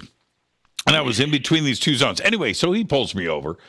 And he comes up and takes one look at me, looks inside the car, the Jeep, and just kind of looks around. And then we have a conversation, and then he comes back. I'm not going to say anything else, but I didn't have my insurance card with me. So I had that emailed to me. Now it's on my phone, and I told him that. So he leaves with my license, and I'm waiting for the email to come in with my insurance card on it. And he comes back, and he fist pumped me. But he goes, have a nice day. That's it. I mean, that's it. I've got long years ago, and they're usually nice. Like you said, you respect them. I mean, I had one incident which wasn't very nice, but other than those, they were very nice and just good. They were like, just wanted to let you know and let me go. I only had one ticket, and that was it. Yeah, it's been a while since I've had a ticket. I have no idea. This was years ago. I have no idea. I think the last ticket that I had was the one that I talked about today, and that's the one that got dismissed. That was 2008, I think. That was a great story. He's going to you're not speeding, then he's going to give you a ticket. Oh, what do you think the judge is going to say? Not too long ago, it was maybe 6 months ago, I found that ticket, the copy that the court clerk made for me. It is the most comical thing you've ever seen. With him frame it and put it on the wall. Yeah, with his lines drawn through it, and then below it, he literally says he wasn't speeding. I said, all right, I'll sign that. That I'll sign. That's a signable. That's a signable ticket right there. I will take that. Absolutely. But I'm serious, man. I was all ready, man, and I had the video. I think for a minute, I wonder if you can find this on the Internet Wayback Machine. I think I posted the audio or maybe even the video on my website. I did. I'm pretty sure I did. People are going to go hunting for that. But it's on the old version of, it was on the sports show. I think I did. Kaz will find it. Yeah, I think I did. I'm not even sure. I don't even know about those servers if the audio would still be. I don't know. My memory says I did do it. You know what I did through the power of. And I've got to run, Madeline, but I pulled up to what was it? Like a Popeyes or something. And I pulled up and blocking the handicap spot that was empty was a Brinks truck. And I'm looking and I can't find and next to it was an empty parking spot. And the Brinks truck is in the middle of the parking lot blocking it. And I thought, so I had to park somewhere else. And not that big of a deal because I'm thinking those guys are working. You got to park in front. You got to go in and get your cash. and things. It's a risky job. I get it. All right, they're not going to block this spot for too long. So I walk in, and I'm standing behind the two Brinks drivers in line to get lunch, and I'm like, wait a minute here, hold on a second. So I'm standing there. I'm standing there, and there's a long line, and I'm looking outside at the two parking spots they're blocking. One of them is a handicap, and they are parked in the middle of the parking lot to get lunch, not to get cash, to get lunch. So I'm watching all of this go down, and they get their lunch. And I go up and I get mine, and I walk out, and these guys are taking their time. They were at the drink machine, and they're yucking it up. And I'm like, man, this is uncool. So I go outside and I start taking pictures. I take pictures of the parking spots. I take pictures of those guys at the drink machine. I take pictures of them holding the lunch sacks. I walk out. I take picture after picture after picture. Then I shoot a video of these two yahoos coming out and getting into the truck, and that's on videotape. And can you still hear me? No. Yeah. Okay, that was me. I turned you down. I need to. I'm going to turn. Let me see here. No, it's not that one. Don't turn me down yet. No, I think it's this one. And then I head home, and I get on my website. I write Brinks. I write the president. I write this. I write whatever I can find, and I turn around and I post all of the pictures and all of. Oh, I did that first, and I wrote up the article. I said this is what happened. I posted the video. And then I wrote Brinks like 4 different letters to 4 different places and gave everybody my website, right, the links to it. And it got ugly. It got ugly. I had one response that said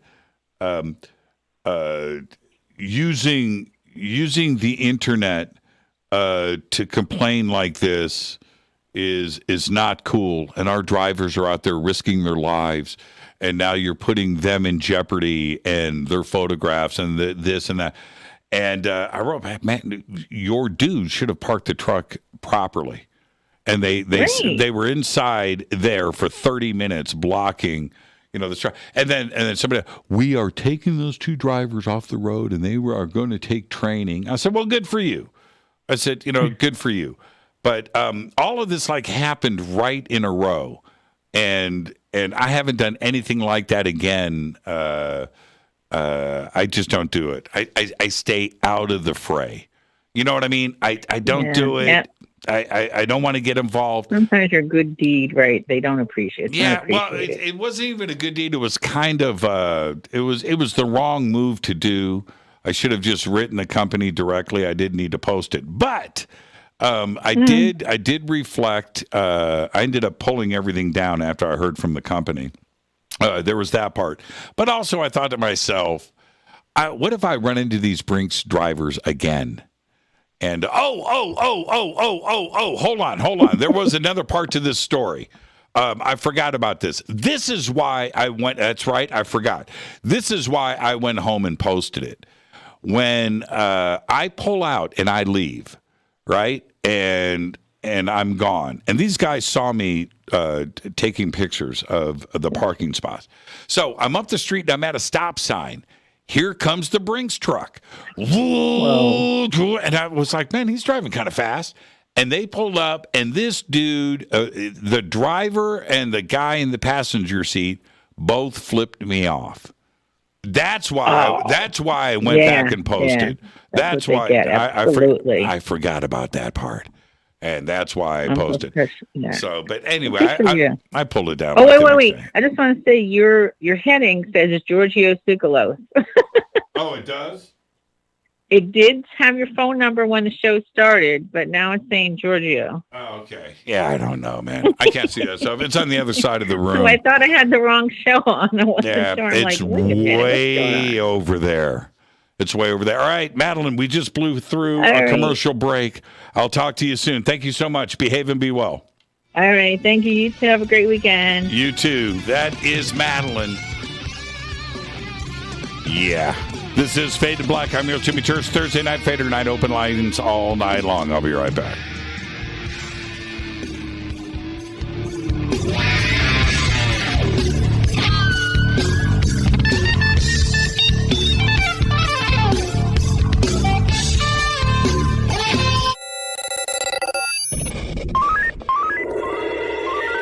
Way out here, we listen to Jimmy Church. You're listening to Fade to Black. You're listening to Jimmy Church and Fade to Black on the X. ¿Qué tal, mis amigos? Yo soy Mario Carson, el tiburón, y los invito para que escuchen a mi buen amigo Jimmy Church Radio. ¡Claro que sí! This is Jimmy Church, and I personally invite you to the 2022 Conscious Life Expo this February 4th through the 7th, live at the LAX Hilton in Los Angeles, California. This year, we have the most exciting speakers, including Whitley Strieber, Adam Apollo, Billy Carson, Daryl Anka and Bashar, William Henry, Caroline Corey, Susan Slaughter, Daniel Brinkley, JJ and Desiree Hertog, Sarah Breskman Cosme, George Norrie, Gail Thackeray, and many, many more. I will be hosting all weekend long, including the keynote Ancient Secrets panel on Friday night, 5 vendor and exhibit halls, 3 floors of speakers, panels, and celebration. This is the biggest event of the year, and early bird passes are available now. Just go to ConsciousLifeExpo.com for the schedule, speakers, and information. That's ConsciousLifeExpo.com. Do you want to be an official Fadernaut? Of course you do. This is Jimmy Church of Fade to Black. Just go to our membership section at JimmyChurchRadio.com. Fadernauts. When you think about the future of our country and where we're headed, do you wonder about the food supply? I do. Disruptions in the food supply chain could be disastrous, and they usually occur with little warning.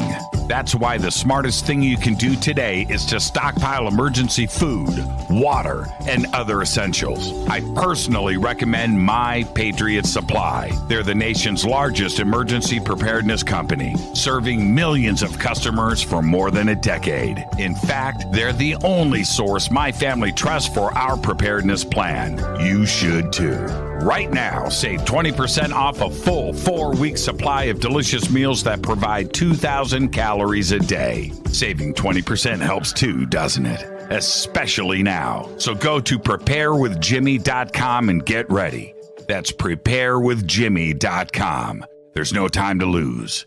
Do it now. So, you love talk radio? Then you'll love TalkStreamLive.com. TalkStream Live is always on, 24/7 with the best streaming talk shows. Find your favorite talkers and discover some new ones. It's free, readily available online or on mobile with any smartphone or tablet. Finding your favorite talk shows all in one place has gotten a whole lot easier. Just go to TalkStreamLive.com. Be sure to download the free apps from Google Play or the iTunes App Store. You listen to us, and we listen to you. And so does the CIA. KGRARadio.com. You are listening to Fade to Black with Jimmy Church on the Game Changer Network. Oi, oi, I'm Reese Evans. You're listening to Jimmy Church. This is Revolution. The revolution will not be televised.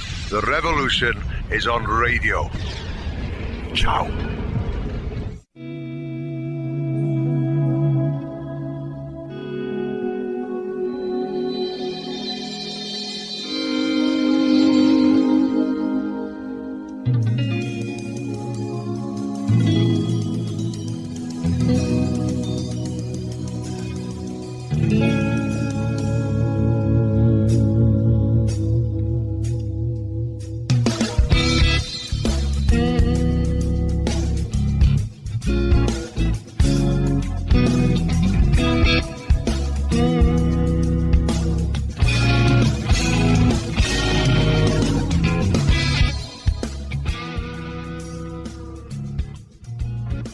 Welcome back, Fade to Black. I'm your host, Jimmy Church. Man, I'm watching the chat room. Man, you guys just put it all in check. I'm not even going to say what you're talking about. I'm not going to say that on the air. I don't give a crap. And that's it. That's it. And if you don't dig it, I'll chop. I'll just get rid of everybody. I'll turn the chat room off.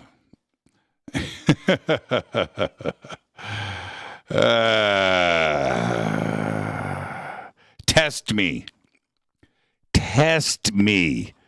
My goodness gracious. That's it. Okay. All right. Man. All right. Fade to Black, Fadernight. Open lines all night long. Let's see who's up next. Hi, you're live on Fade to Black. Who's calling? Jimmy, it's Sarah Ann. Who's this? Sarah Ann. Sarah Ann? Yes, sir. No, you have to prove it. Sarah smiles. What do I do? Okay, it's really cold here. All right, yeah. Wisconsin trivia. Okay, there you go. How you doing, Sarah? I'm good. I'm recovering from the Rona. Oh, yeah. I just said we're not going to say that on the air. I'm sorry to hear that. I'm so sorry. It's all good. I feel good. What goes up must come down, and vice versa. Yeah. There is a weird thing with that. I'm not going to say it. But the reason why I don't want to say the bots out there, right? So, yeah, we're just. Don't say it. Yeah. Don't say it. But I cannot believe. I cannot believe the amount of phone calls that I've had over the last, going back to just before Christmas. Everybody I know got it. Mm-hmm. Everybody. Mm-hmm. I just couldn't believe it. I couldn't believe it. People you know. And it was just like crazy. Crazy. I got it. Okay. So anyway, moving on. What's on your mind? What's going on? Well, I was calling. I'm sorry. I'm still a little brain dead. I was thinking about what Georgia was saying last night about UFOs and appearing as like gods on the lotus flowers. Yes. I hadn't thought about that so much, and I thought that was really interesting to think about because, honestly, like a lot of the contact that has become conscious to me has not been physical. It's been through that appearance of like something coming through a lotus flower. And I almost wonder, I don't understand everything that I experience, of course, but to me, I wonder somehow if these experiences that are almost physical, like something phasing in, is a manifestation, almost like, in Star Wars, wasn't it they called them holoprojectors, essentially? You know how like R2-D2 projected that image of Princess Leia? The holographic message for Obi-Wan Kenobi? Yes. That to me is how I feel a lot of contact is being experienced by people, and what these ancient scripts are referring to, where people are having these experiences of seeing craft, and it looks like a lotus flower because it's actually a chakra, essentially. If that makes sense. Okay, now check this out, and I appreciate your. And because radio is such it's theater of the mind. So Giorgio says his, in that whole lotus flower description, right? Well, okay, so that's theater of the mind. And then you picture something in your mind that inspires you into a thought process, right? Okay, all right. Right. It's a thought experiment. So, and I hear it. And this is, let me tell you where my brain went with that at that moment. And I've thought about it since. And there have been a lot of comments, and I got a couple of emails about Giorgio's lotus flower comment. And it was all varied. And here's my take. If a ship unfolds and maybe there's some flame and some smoke, and it unfolds like the legs of the lunar lander or things, like a transformer, and then it transforms and changes from a bulb, right? And then expands out and unfolds and comes down. What if somebody saw that and just thought, man, that kind of looks like a flower blooming, right? And that's where my mind went with it. The transformation of Stephen just posted exactly what I'm talking about right here in Twitter. Everybody can go check that out, hashtag F2B. That's what I'm talking about. Some kind of thing. That because when you look at the bulb, and I love watching any flower bloom is crazy to see, and in most cases it happens like from one day to the next, right? You go out and your flowers are all and then you come out the next day, you're like, oh man, holy crap, right? And it happens very quickly, and the transition and the expansion of it and how it happens, maybe. And that's what I was visualizing when Giorgio described it like this. And what is wrong with that kind of description? Nothing at all. Nothing. That makes sense to me as well. Yeah. That makes sense to me as well, because that to me is how craft, when I see a craft physically, that's how it almost looks. But I hadn't thought of it in relationship to like a lotus flower before. And this is how I experience contact a lot of times. It feels very physical, but it's almost as if, a craft, you have orbs, like lots of people experience orbs along with UFOs, and they can actually be in their house kind of floating around. And oftentimes they'll see what looks sort of like a chakra or a mandala.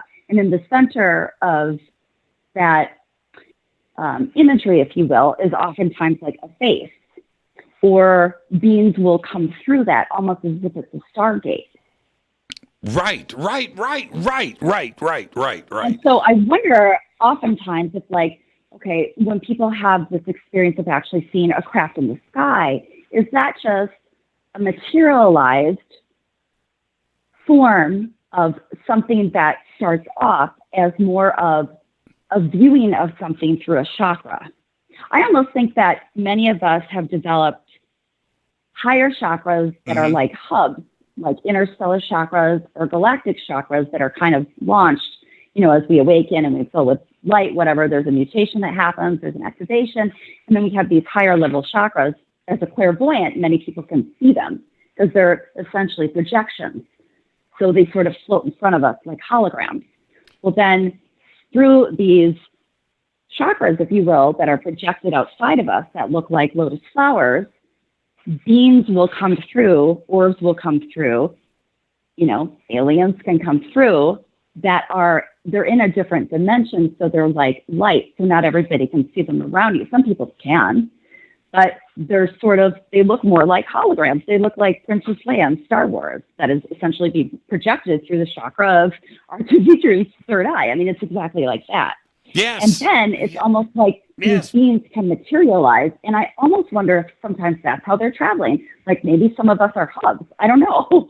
Well, and if one of the things that I really enjoy is when in science fiction, movies, cartoons, it does, whatever, when they incorporate an organic element of change, right? The ships are like biological, and they can morph and they can change, and or bodies or whatever. And when I see that, Alien is a perfect example, right? That organic, isn't that like the movement of the flower of life, or the Fibonacci elements of our world, and the changes that occur. I really enjoy that, and I have to stop and just think to myself, if somebody that has never seen the movie Alien, right, 2,000 years ago, and they're seeing something morph, something change, and it looks like an organic process, then suddenly it's flour, it's light, it's fire, it's water, it's wind, you know what I mean? It's light, it's all of these organic biological changes that we see in nature. And that's the description that will go down, like the visions that you have, like chakras, the geometric kaleidoscope visions that we have when our eyes are closed. These are, you know what I mean? These are natural descriptors for somebody to have. And I've always enjoyed the artists that are able to take that biological, biometric transformation aspect of it and let it fly. And I'll give you I'll give you another perfect example.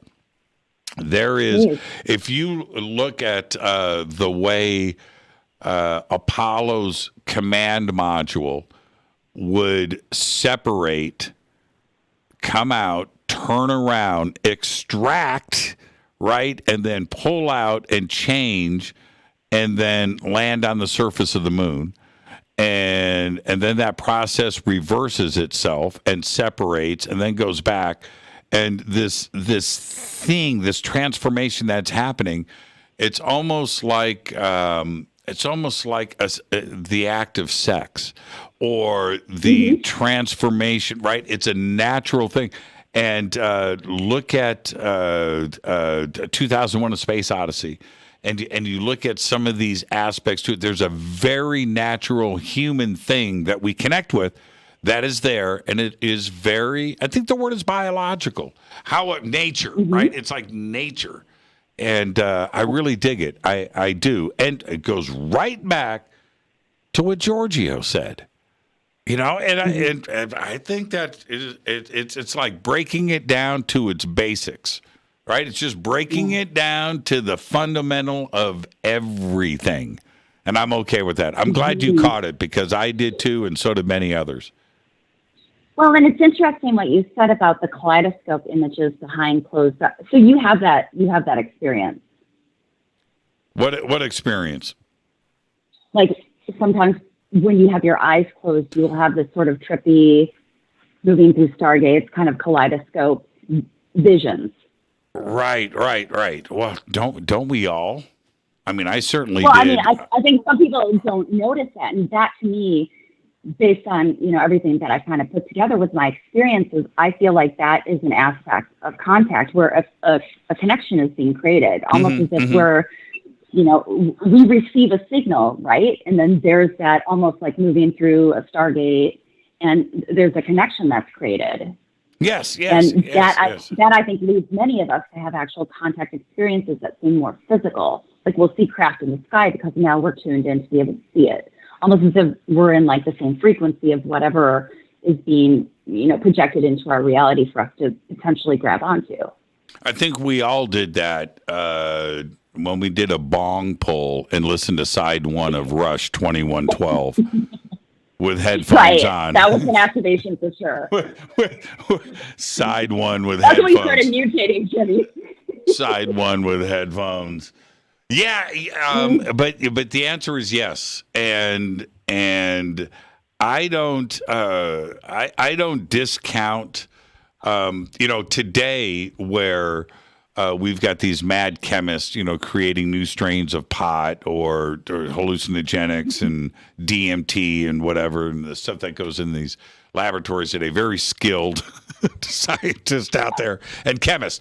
But a lot of the stuff that we know about today, that stuff was accidental, right? Accidental. 2,000-3,000 years ago, accidentally, throwing the wrong mushrooms into your soup, and you're sitting around with your wife and kids like, man, I feel a little weird. Right? You don't want to have that kind of accident around you. Right. And that kind of stuff was happening all the time. It had to have, right? It had to have. Yeah. You went and licked the wrong frog. Right? and suddenly you're on the mothership. Yeah, right. Yes. Channeling God knows what, but that kind of stuff had to have gone on. And seriously, today we have controlled doses, right? Like what we know what we're doing, allegedly. But can you imagine some copious amounts of DMT or whatever, right? Just some psilocybin, some crazy cactus, whatever, and of amounts that would kill an entire NFL team, and you did it in one mouthful. Could you imagine? And you know what happened all the time? I can't imagine. Man, what's up with Bob? He's been tripping for a week, right? It's funny. I know you have other callers. The last time I ripped a bong hit, I had a panic attack. I went into my friend's bathroom. I sat on the toilet seat down. I sat on the toilet. The toilet roll was across from me, on the wall. The toilet paper roll turned into like a ship and almost like an observation deck of a ship. And I saw like all these little people that kind of looked like Fadernauts in Star Trek uniforms, and they were waving at me, going like, "Are you okay?" And I was like, "I better not do this." Oh man, you just shared that with everybody. Yeah, it's all right. This is one of the things growing up. And, doing things like reading High Times magazine or the Furry Freak Brothers or talking to people and hearing references, about, taking acid and hallucinating and seeing this or seeing that and, seeing pink giraffes or leprechaun, whatever, these hallucinations. I never did. As crazy as I got into that world in the 70s, the last time I took acid specifically was 81, 82. And then I did take mushrooms a couple of times in 1989.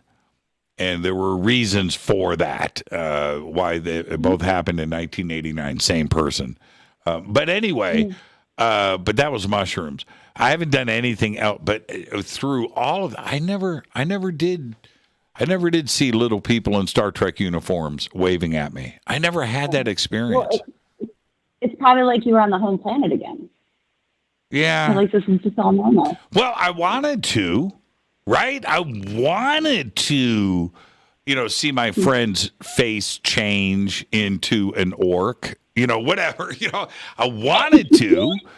It just never happened. Not for me.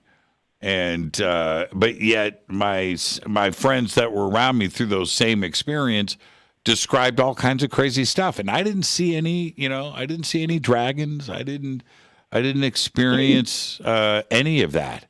Mine was totally introspective, I would say. But yeah, your mind was probably open already, and there was a lot of contrast for them.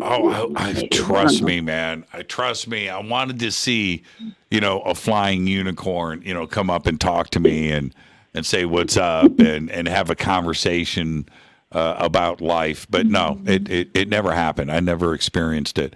But Fadernauts in the Star Trek uniforms on a holodeck in my bathroom. That would be pretty cool. I got to admit. Yeah, they were concerned.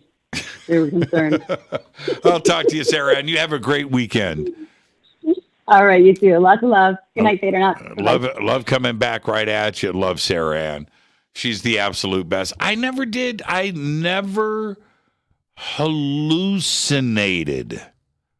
I think I did lack of sleep a couple of times, stuff, but like a hallucination of some cartoon creature or person or whatever that wasn't there that I was seeing it. No, I never had any of that happen. No lightning bolts coming out of the sky. No, never happened to me. I never did. I tried. I did my best too. I did everything in the prescription to do it. It just never happened. I'll be right back.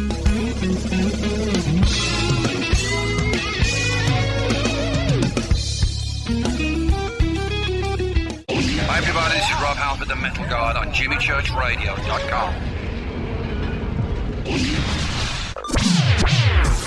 Your 1 million gigawatt paranormal powerhouse, KUNX-DB, the X. Are you ready to read about true paranormal events? UNX Media publishes nonfiction books about UFOs, ghosts and haunted places, time anomalies, cryptid creatures, and more. Just like KUNX-DB Radio, it's all about unexplained phenomena. Visit www.unxmedia.com to see our list of great book titles by Debbie Ziegelmeyer, Gene Walker, Devin Listrom, Wayne Lawrence, Bill Spicer, and yours truly, Margie Kay. That's unxmedia.com. Why is it we're not very good with our health regimen until it's too late? We don't put oil in the car until the engine blows up. When the body's out of balance, your health is not so good. Give your body some love. Log on to getthetea.com. That's getthetea.com. Try our Life Change Tea, which cleanses you from harmful intruders. A clean colon is one of the ways to bring the body in balance. We also carry organic supplements to help you get where you need to go. So do your body a favor. Log on to getthetea.com. That's getthetea.com. You can even visit our sales page to save some dough. Does anybody call money dough anymore? Anyway, if you're looking for short, helpful health tips, go to YouTube and punch in Health Matters Now. That's Health Matters Now. So, log on to getthetea.com, shop, get balanced, then learn some cool tips at Health Matters Now. You'll be glad you did. That's getthetea.com. This is Jimmy Church of Fade to Black, and I only drink Fade to Black blend coffee from River Moon. Just click on the River Moon coffee banner at jimmychurchradio.com. Promo code F2B Blend. This is the only way forward. This is Fade to Black. Make contact. When you're in the house for longer periods of time, you can see them flying or running across the floor. Ooh, yuck. They're unhealthy, gross, and disgusting. Bugs. I loathe bugs. We keep a clean home, but occasionally bugs show up. Well, I found something that is tougher than bugs. Orange Guard. On contact, it kills hidden bugs, including ants, roaches, and fleas. Plus, Orange Guard is a residual repellent. All of the ingredients of Orange Guard are on the FDA generally recognized as safe list. Orange Guard may be used around food, humans, and pets. It comes with a 30-day money-back guarantee. Orange Guard. Available at orangeguard.com, Whole Foods, and Ace Hardware.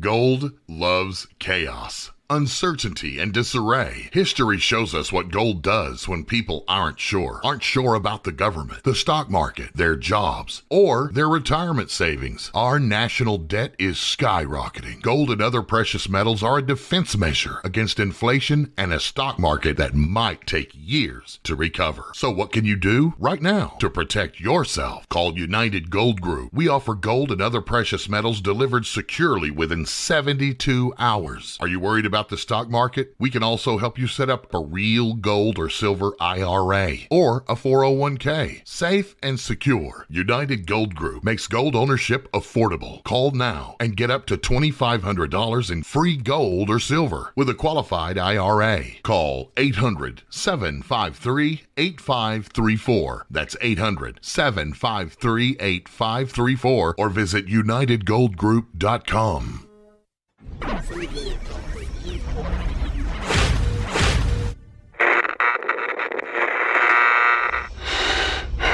You want to know a secret?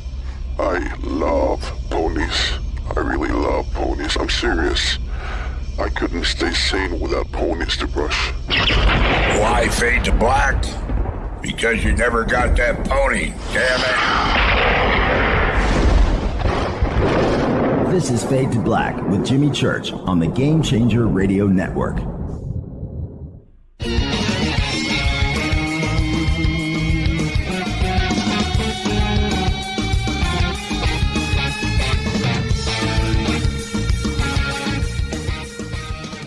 Welcome back, Fade to Black. I'm your host, Jimmy Church. Tonight is drugs night, apparently, on Fade to Black. And I was watching the chat room. And okay, so check this out. 1981. I'm going to share this story with you. 1981. And 1982. I've got a Toyota station wagon, Corolla, beater, $100 car. And me and three of my friends all take acid, and we go to a baseball game. Bad situation there. And we didn't make it to the end of the game. But anyway, we're driving back home, and we're tripping balls. We're gone. And I'm driving. I had no reason to be on the road. Lucky to be alive. Lucky to be doing this radio show tonight. Anyway, so it's the middle of the summer. It's like July in Indianapolis. It's a 90-degree evening, humid, and we're pulling up to my house, and whoever's in the passenger seat in the car, or maybe it came from the back seat, starts yelling, "The roads are covered in ice." And they're yelling, and I'm driving, and who's ever in the passenger seat, "The road's covered in ice. It's covered in ice.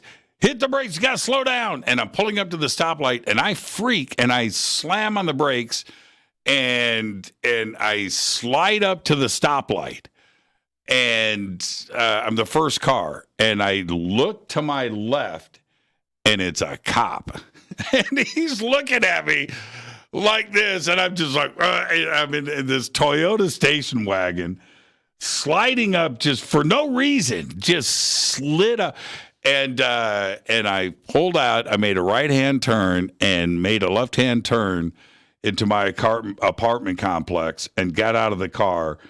And I think about that to this day. How high are you that you are now convinced the roads are icy in July in Indianapolis?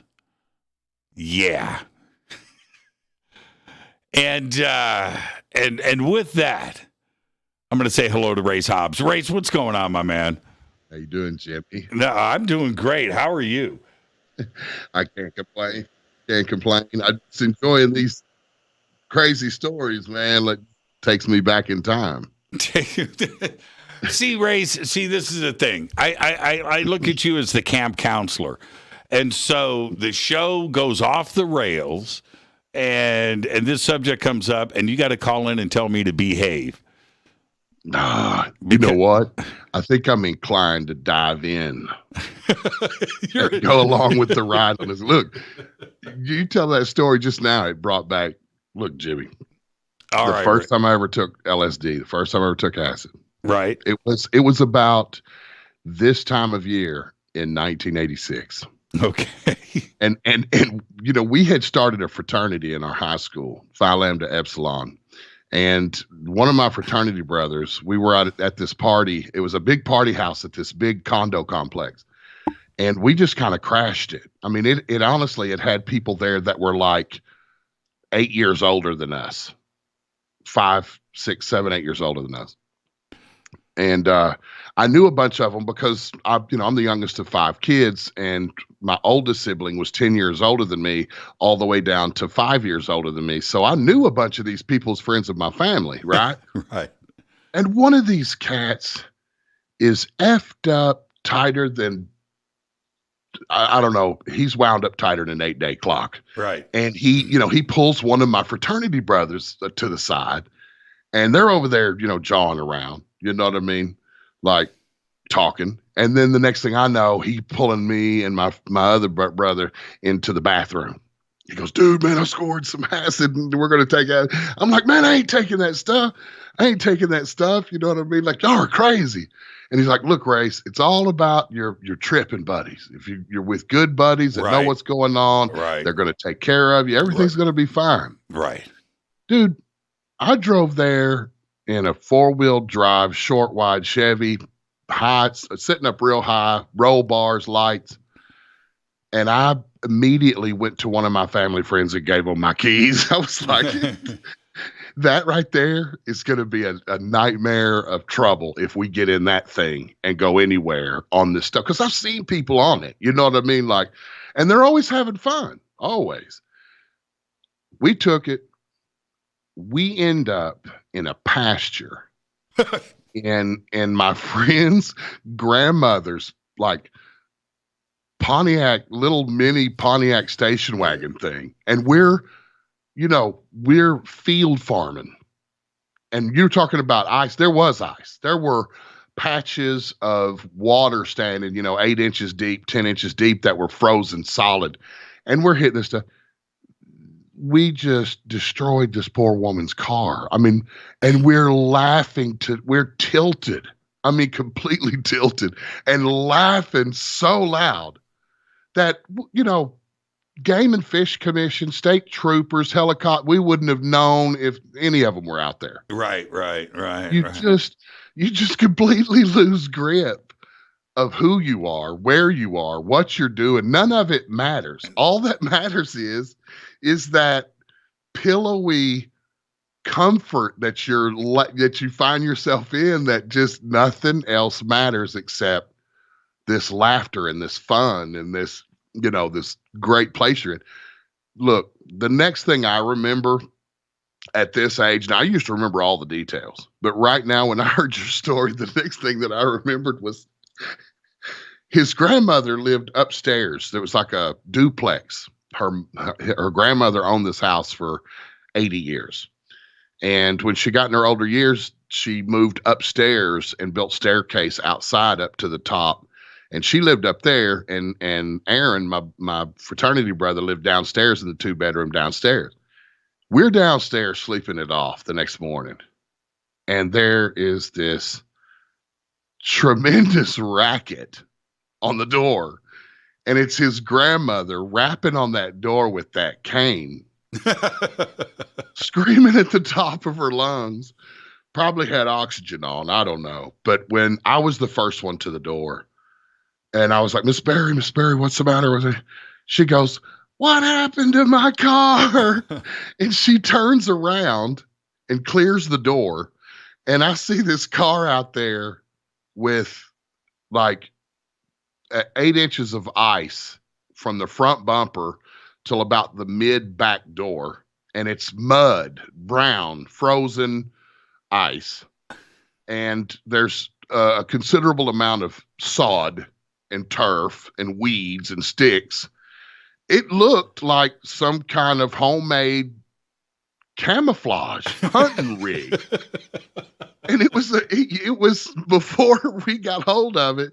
It was a pretty, like a powder blue metallic with wood panels on the side, and like little wire hubcaps on it. It was a nice little car. And we spent all that day hungover and detailing that car and cleaning it in the freezing cold. Yes. I made them get their ass up, get out there. We're going to clean grandma's car. We just, but we had the greatest time. That was the first time I ever tripped on acid ever. And it was an amazing time. But I kind of fell in love with mushrooms after that. That was sort of, matter of fact, I got them tattooed on my arm. Is that right? I got Mickey, the only tattoo that I have that I got when I was 18 is Mickey Mouse, you know, in that pose with his arms out, you know, and he's standing in a magic mushroom patch. See, who has a boss that can call you up and just talk about his Mickey Mouse mushroom tattoo? and want to tell you the story. And this is the thing. So you had the boss, you know, I used to be cool. I used to be one of you. No, you weren't. I used to have fun. Yeah, I was never one of those guys. Jimmy, you were the dude that everybody wanted to be. You had all the girls and all the attention. You had talent. You could play guitars.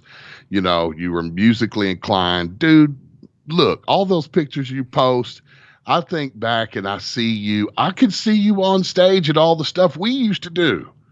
And when I was in radio at 16, 17, 18, 19, 20 years old, man, hundreds of dudes just like you that I wished I could have been them. I never had that kind of talent, man. Yeah, well, see, this is the truth. This is the bottom line. I like others that are my age. Okay, 60. Okay, I'm 58. Okay, so anybody that that was 15 years old in 1977, right? And you went through 77, 78, 80, 81, 82, 83 as a teenager and as 21, 21, 22. You lived through, without question, the best era on this planet. Not the 60s, not the early, no, 1977, 78, 79, 80, 81, 82, 83, 84. The best times to live on this planet. And all of us made the best of it. We all did. Now, I'm not going to sit here and say, because it would be a bunch of BS, that I didn't have a little bit of an elevated position to maybe enjoy myself a little bit freer. I absolutely did. But so did all of us, Race. I mean, I can't, today, I wouldn't trade the internet and cell phones for no internet and cell phones in 1978. I wouldn't, no, they don't even compare. They don't even come close. And I lived through all of that. So did you.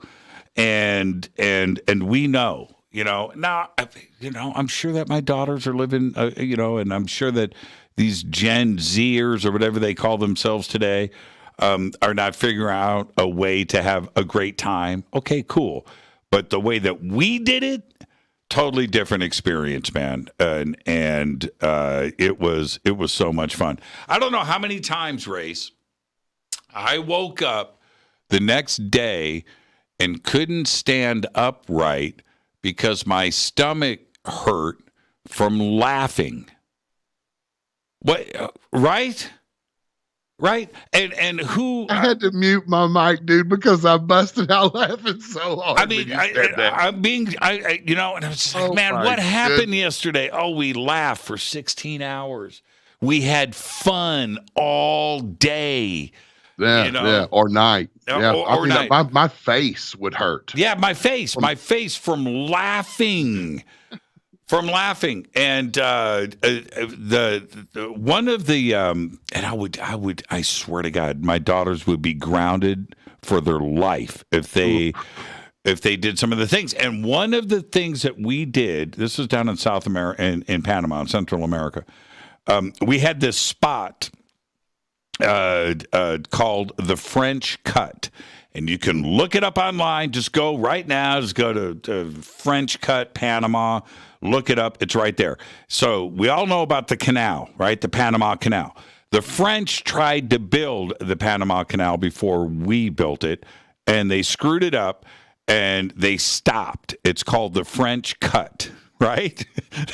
they plowed through these rocks, this canyon, this thing, and they went as far as they could go, and they stopped, whether it was malaria or they couldn't figure out how to dynamite. Anyway, so this spot, though, turned into, they sealed it off on both ends. It went from saltwater to freshwater. Okay, now it's a freshwater lake called the French Cut. And on both sides, well, on the side that we were interested, cliff diving. And so we would go, and we did this. I'm telling you, man, I mean, there was one summer, I think we were there every day, jumping off a 60-foot cliff. Whoo! All day long. Climb back up, another beer, whoo! Right off the and the next day, you're so sore from hitting the water at 50 miles an hour, right? Over and over. Over and over, and climbing over in the hot sun and drinking beer from dusk till dawn, from dawn till dusk, all day, all night. And that's what we did. Now, would I trade that experience for the internet and cell phones and the Kardashians? Nah. No. We lived through the best era, and that's it. And we lived through a great era. I would have loved to have lived in the 50s, in the late 50s, when the mid to late 50s. When drive-ins were invented, and the first time we were eating out of cars, and and hanging out together and cruising in our hot rods, and rock and roll, leather jackets. Rock and roll was built in all that rebellious sort of time. But right behind it came the turn, the 60s. It's tumultuous times, and people think it's bad now. We'll get through all this, but it's just, I think it's how the government guides us.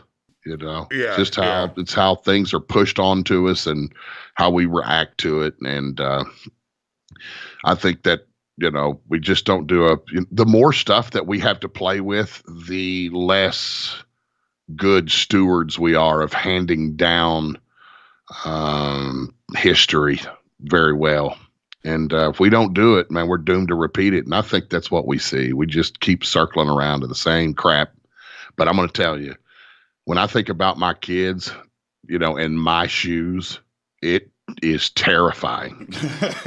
you hit the nail on the head, bro, earlier when you were talking about that, and I think it's so many of us, so many people listening to us right now are saying the same thing. We're lucky to be alive. Yeah, lucky to be alive. That we're alive. And not only one time did we escape a car wreck. We were in a wreck, but we came out of it unscratched, or we were almost ran down by a train, or a boating accident, or fell off a bluff, without intentionally trying to, and landed in the water and survived it, or whatever the case may be. But we made it. We made it through it for whatever reason. This is a bunch of those in our past, man, that make me feel like, Jimmy, dang, I've like lived 2 or 3 lifetimes. Everything that you just listed, I went, yep, check. Yep. See, I was the guy on a floaty or a rubber